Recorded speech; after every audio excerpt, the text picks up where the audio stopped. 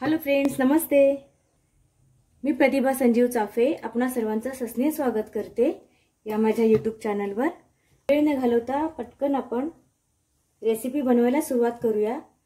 त्यासाठी आपण मिरची घेतली आहे बघा.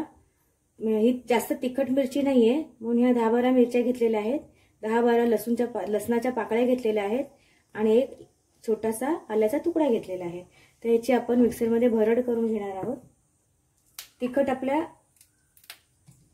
आवडीप्रमाणे घ्यायचं. म्हणजे जास्त तिखट मिरच्या नाहीये म्हणून मी जास्त घेतल्या आहेत.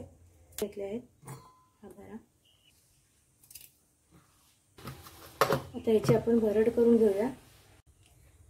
खूपच पौष्टिक अशा वड्या होतात. हे बघा, 1 वाटी आपण इथे कोबी किसून घेतला आहे, तो घेऊया. आलं लसूण आणि मिरचीचा आपण ठेचा करून घेतलेला आहे मिक्सरमध्ये, तो घालूया. कोथिंबीर घेतलेली आहे, ती घालूया. हिंग आहे अर्धा चमचा. 1 चमचाभर पांढरे तीळ घालूया. अर्धा चमचा जिरे घेऊया. आपण रवा, पाववाटी रवा घेतलाय, तो सुद्धा घालून घेऊया आणि छान असं मिक्स करूया. मला जर यामध्ये लाल तिखट, धनेपूड, जिरेपूड किंवा गरम मसाला काही घालायचं असेल तरी चालेल. ते छान असं मिक्स करून घ्यायचं. आपण 10 मिनिटं आपण झाकून ठेवून देऊया. 10 मिनिटं आपण झाकून ठेवून दिलं होतं. आपण बनवायला घेऊया. यातलं ज्वारीचं पीठ किती लागेल तेवढं आपण घेणार आहोत. तांदळाचं सुद्धा पीठ घेतलेलं आहे, त्यातलं सुद्धा आपण 2 चमचे घेणार आहोत.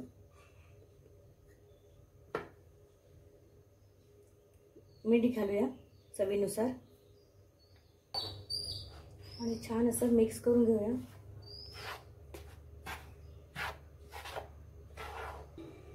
हाताने असं मिक्स करून घेऊया. थोडं थोडं पाणी घालून आपण हे मिक्स करून घेऊया. हे ज्वारीचं पीठ आहे ते आपण सगळंच घेतोय.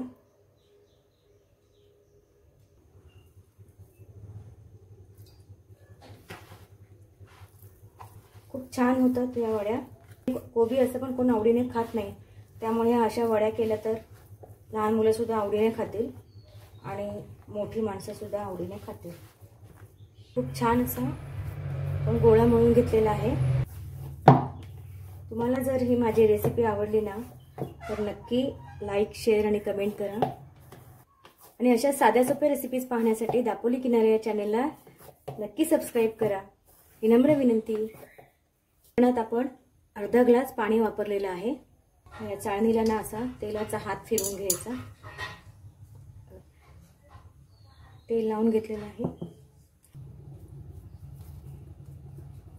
मी यात हळद, तिखट काही घातलेलं नाहीये. मला असा रंग आवडतो. नेहमीच लाल तिखट खाण्यापेक्षा आपण यामध्ये मस्त हिरव्या मिरचीचा ठेचा घातलेला आहे. थाळीवर थापून सुद्धा वाफवून घेतलं तरी चालेल. वेगळे असे उभ्या आकाराचे आपण गोळे बनवले. पाणी गरम करायला ठेवलं होतं आपण, उकळी आली आहे. आपल्याला कोबीच्या वड्या बनवायच्या आहेत. त्या अगोदर हे वाफवून घेऊया. आपण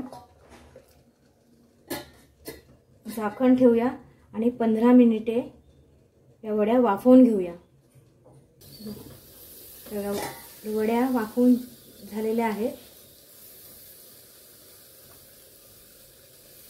- 15 मिनिटे झाली आहे.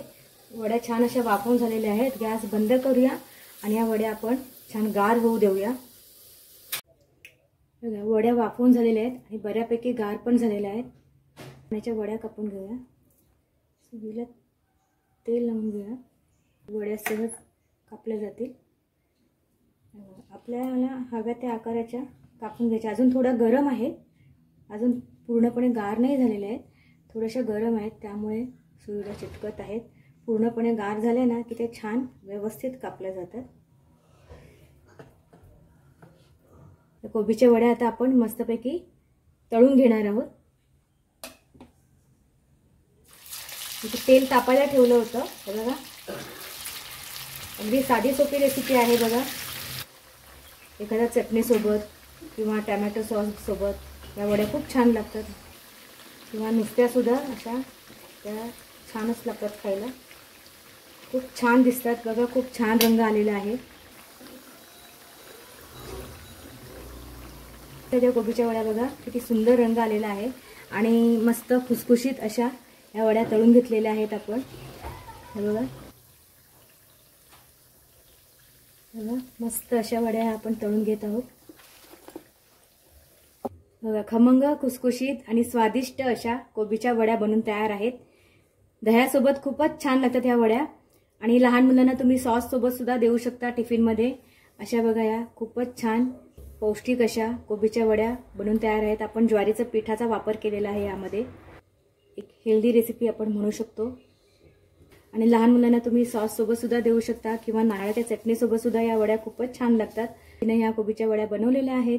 त्या पद्धतीनं तुम्ही नक्की करून बघा, तुम्हाला नक्की आवडेल. थँक्यू.